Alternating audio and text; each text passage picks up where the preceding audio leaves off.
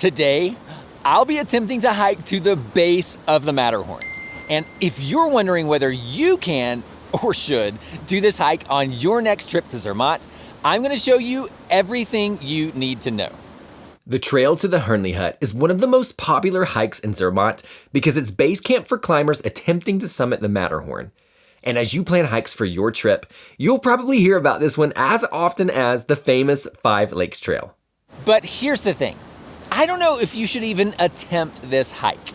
The majority of it follows a blue trail, representing alpine hiking routes, which are the most difficult marked trails here in Switzerland.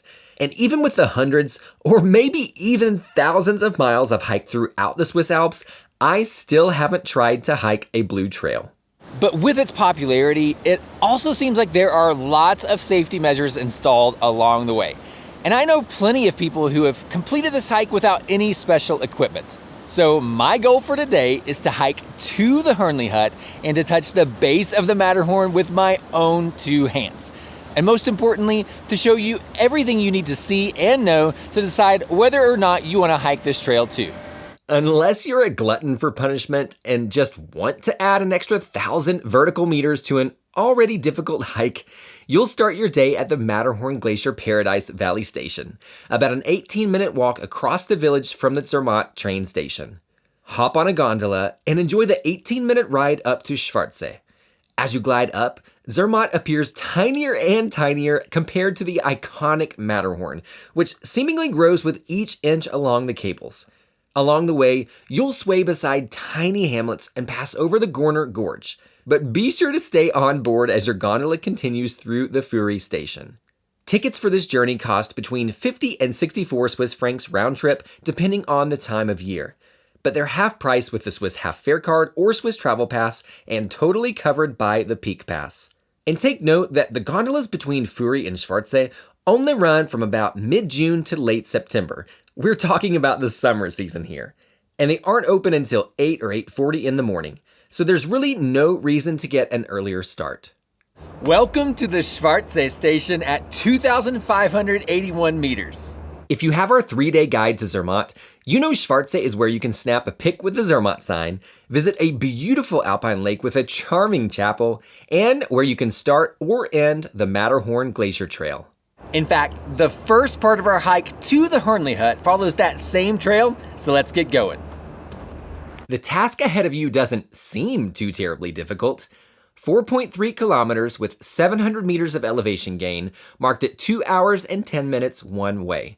But the altitude will probably make itself known as you make your way to a peak elevation of over 3,200 meters. The beginning of the hike follows a red and white mountain hiking trail. It starts out gently, but quickly gains elevation as you climb a series of switchbacks on the nicely beaten, but sometimes quite rocky trail.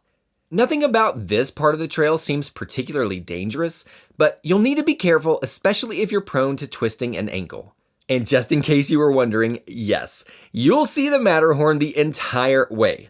So if you get tired, stop to soak it all in while you catch your breath. But don't forget to look back in all directions to enjoy mountains, lakes, and glaciers all around you. And you'll probably already be able to spot your objective for today too, the Hörnli Hut perched way up on the rocks above you.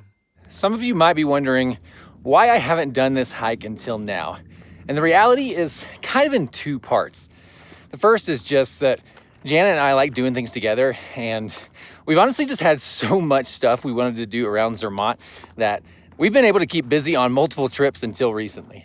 And the second part is that I can be a bit of a nervous hiker sometimes, especially when I don't have a lot of information about the trail. It's kind of like the fear of the unknown for me. Like, I don't mind heights, I don't mind some exposure, I love a good ridge trail, but I worry sometimes about what I'll come up against. I just take seriously what the Swiss call dangerous, and blue trails seem to be dangerous to me, but having never hiked one, I really don't know. However, I do think sometimes it's worth pushing yourself a little bit out of your comfort zone to try to experience something truly extraordinary. So That's my goal today. I hope that I can get up there. I hope that I don't feel any real nerves or find that it's risky. But if for whatever reason I do, I'll be turning around and headed back down to Zermatt because it's just not worth it. After 1.4 kilometers and about 200 vertical meters, you reach Hörnli at an elevation of 2,776 meters. This is where you officially branch off from the Matterhorn Glacier Trail and begin the blue and white trail to the Hörnli Hut. Right away, you'll realize this is a different experience.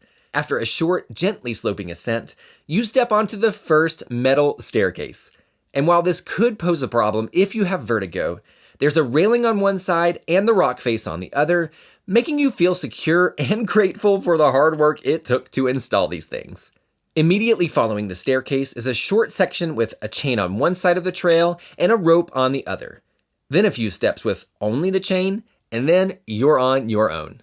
To be honest, this is a great warm-up to the exposure you'll experience on this hike.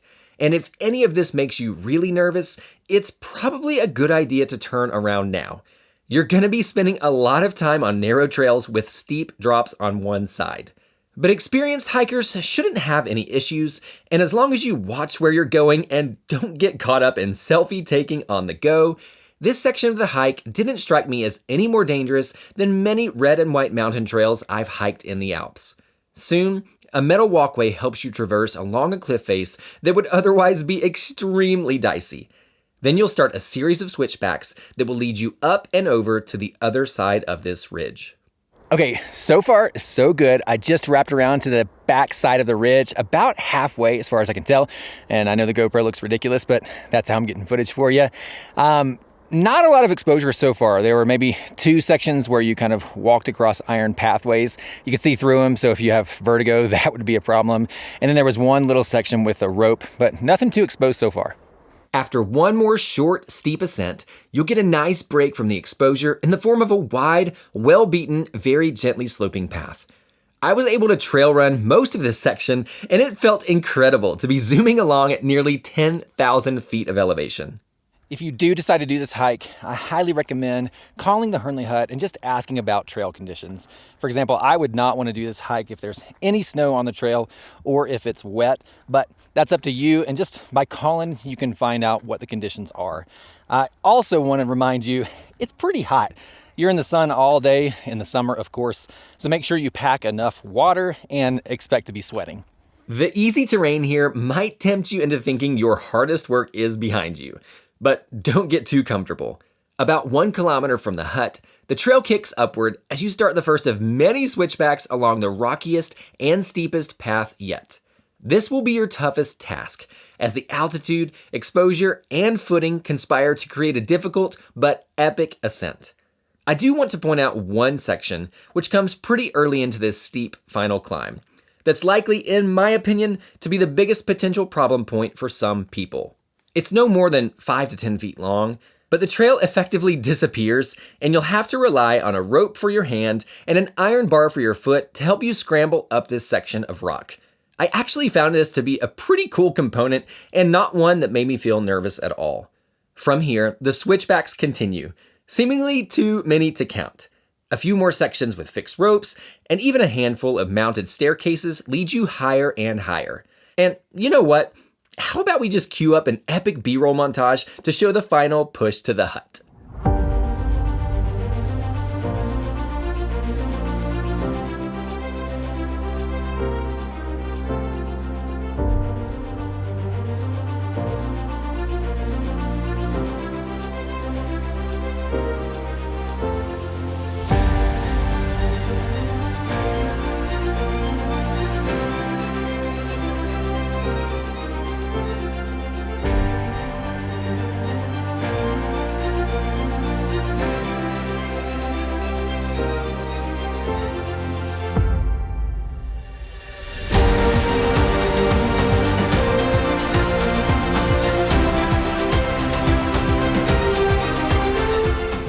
Oh my gosh, you guys, we made it to the Hörnli Hut. and I'm thrilled to be here because that final push gained like 300 meters of elevation in probably no more than a kilometer of distance. So I'm pretty pooped, but I'm really thankful. I never felt like I was putting myself in any real danger, no real exposure or any risks that I haven't faced before. Now, I can't tell you if it would be safe for you. Obviously, I'd recommend doing plenty of red mountain hiking trails here and spending a lot of time at elevation before you even attempt it. But hopefully I got video of all the potential danger spots so that you can make an informed decision for yourself. But I'm gonna poke around here for a bit, show you everything there is to do and see at the hut, probably have a bite to eat at the restaurant, and then see if I can put my hand on the Matterhorn. In addition to the jaw-dropping views in every direction, it felt incredible to be in a place with so much rich mountaineering history. Plenty of people on the terrace were like me and had only come up for a day hike.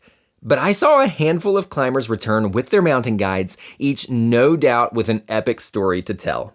I signed the guest book and bought a berry crumble cake, along with a Hörnli Hut t-shirt because why the heck not? And then one of the employees was kind enough to take me on a little tour of the hut, which has been base camp for aspiring climbers for 130 years and was renovated in 2015. On the ground level are the kitchen, dining room, and bathrooms, and a staircase leading up to the rooms for overnight guests. They have quite a few options with the ability to accommodate 150 total guests, ranging from a large dorm room for a few dozen people to rooms with 4 to 8 bunks, and even private rooms with private bathrooms. Mountain guides get preferential treatment, as they should, with their own sleeping quarters. And there's even a small library with lots of books to inspire climbers before their summit attempt, complete with amazing views out the window. I can only imagine the mix of nerves and excitement that must fill the hut every morning. The first climbers begin their summit bids in the dark as early as 4:20 a.m. First, the clients with a local mountain guide, since they know the route best, and then everyone else following behind for what will likely be an 8 to 12 hour effort with another 4,000 feet of climbing ahead. As many as 3,000 people reach the summit of the Matterhorn every year. But even if you're just hiking up for the day, like me, you can still enjoy a hot lunch from 11 to 3 or a range of snacks, cakes, and drinks all day. Just keep in mind that the hut is only staffed from late June to mid or late September, and the last gondola heading down to Zermatt from Schwarzsee leaves no later than 5 p.m. All right, it's time. Let's go touch the Matterhorn.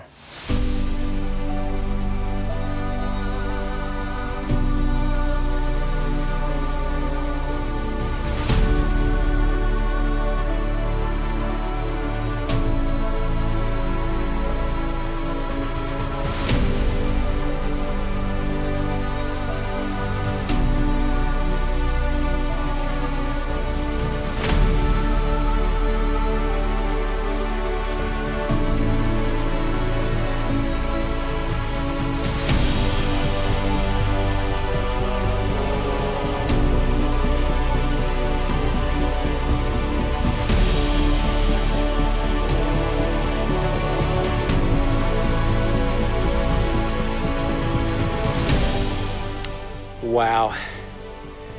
I cannot describe how it feels to be standing at one of the, well, I'm out of breath. That's how it feels. One of the most iconic, somebody summited. That's so cool. Wow. And I'm just at the base. Even so, I cannot describe how it feels to be standing at the base of one of the most iconic mountains in the world. And I just can't help but be thankful for all the people who installed staircases and walkways and ropes to make this thing possible and comfortable. Oh, and not the least of which is the hut too. Man, all those people truly made a bucket list experience possible. As I made my way back down to Zermatt, I couldn't help but think of all the people who had summited or would summit that day, hoping each and every one of them would make it safely back down to their families just as I did, ready to enjoy another beautiful day in the Swiss Alps.